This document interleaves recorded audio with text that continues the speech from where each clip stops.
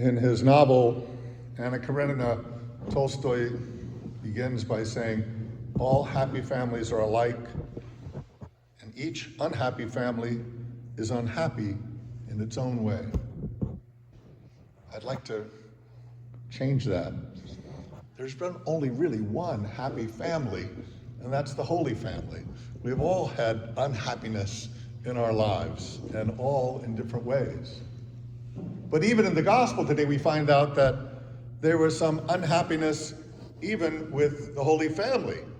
There was great anxiety, Mary and Joseph said, when Jesus went off by himself and was lost in the crowd just at the cusp of being a teenager, at 12 years old. Pretty typical. But there's always anxiety in family. There's always conflict. In fact, it's always, one shouldn't read the internet for much wisdom perhaps, but people are always posting things like, oh, a family is where they can never turn you away and they always embrace you. Well, I don't know if that's always true. There are members of my family, maybe members of yours, who are considered black sheep or who have distanced themselves from the family. I've recently gotten in touch with a couple cousins of mine who live in town, haven't seen them in 30 years, and they live, 15 minutes away. How is it after 30 years we were separated and didn't know each other? Luckily, the internet did help because one of them just happened to Google my name and found out I lived down the road. So we're able to have a little reunion with at least that part of our family. But they're a bit of both of them are a bit isolated from other members of their family as well. There is unhappiness in families. Well, that's why I think the church holds up this feast, especially so close to Christmas, of the Feast of the Holy Family, to give us a model, to give us a goal at least, to give us some aspiration of how we're supposed to be. And it wasn't a perfect family in the sense that this family was, a single mom with a child and an adopted father, so to speak. Joseph was not the father of Jesus, but he adopted him as his own. And they were also, immigrants traveling around, going to Egypt and back.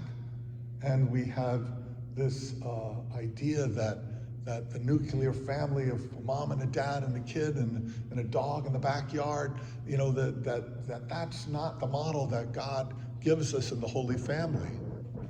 But he gives us a family that's facing persecution, that's facing, complications.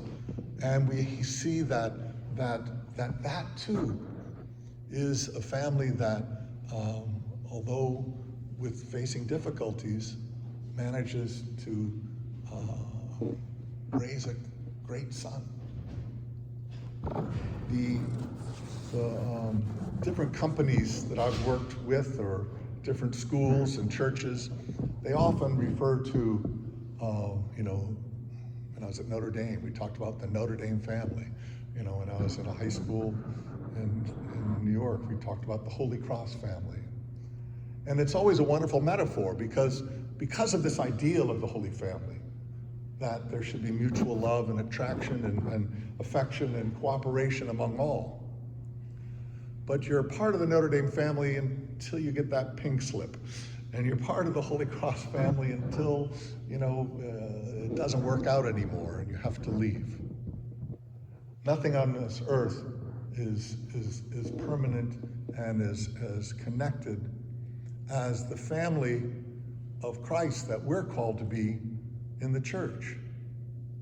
And yet even within the church, there's different denominations and different, breakups and between the Orthodox and the Catholics and the many different Protestants.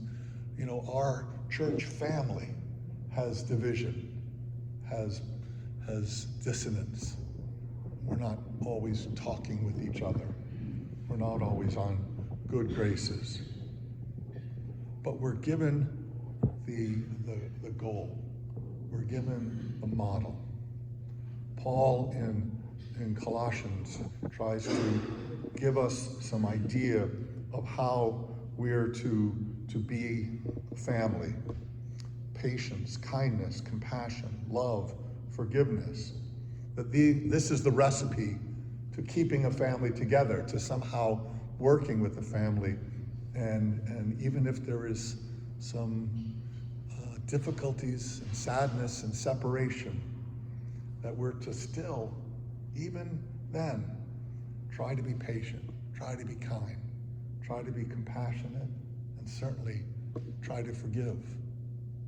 It's the ideal. It's what is set up before us. You know, for the Feast of the Holy Family, there's only a few throughout the year. Christmas is one of them. Christmas, the church gives readings for the vigil before Christmas, readings for Christmas midnight mass, readings for morning mass on Christmas, and then readings for mass during the day. As if Father has time to come up with 5 homilies every Christmas. But for Holy Family, there's also choices of readings. I'm not sure the history of that. I don't know why. But maybe it's because of Tolstoy. This idea that, you know what? There's many different types of families. All of them are dysfunctional in some way. And maybe we need different readings to help address some of the needs and some of the ways in which we can help families follow the ideal. Joseph, Mary, and Jesus are the ideal for us, not because necessarily they're perfect and we're not, but it's because they model for us compassion, concern, even forgiveness and love. Things that all of us, in whatever group we consider our family, need to practice.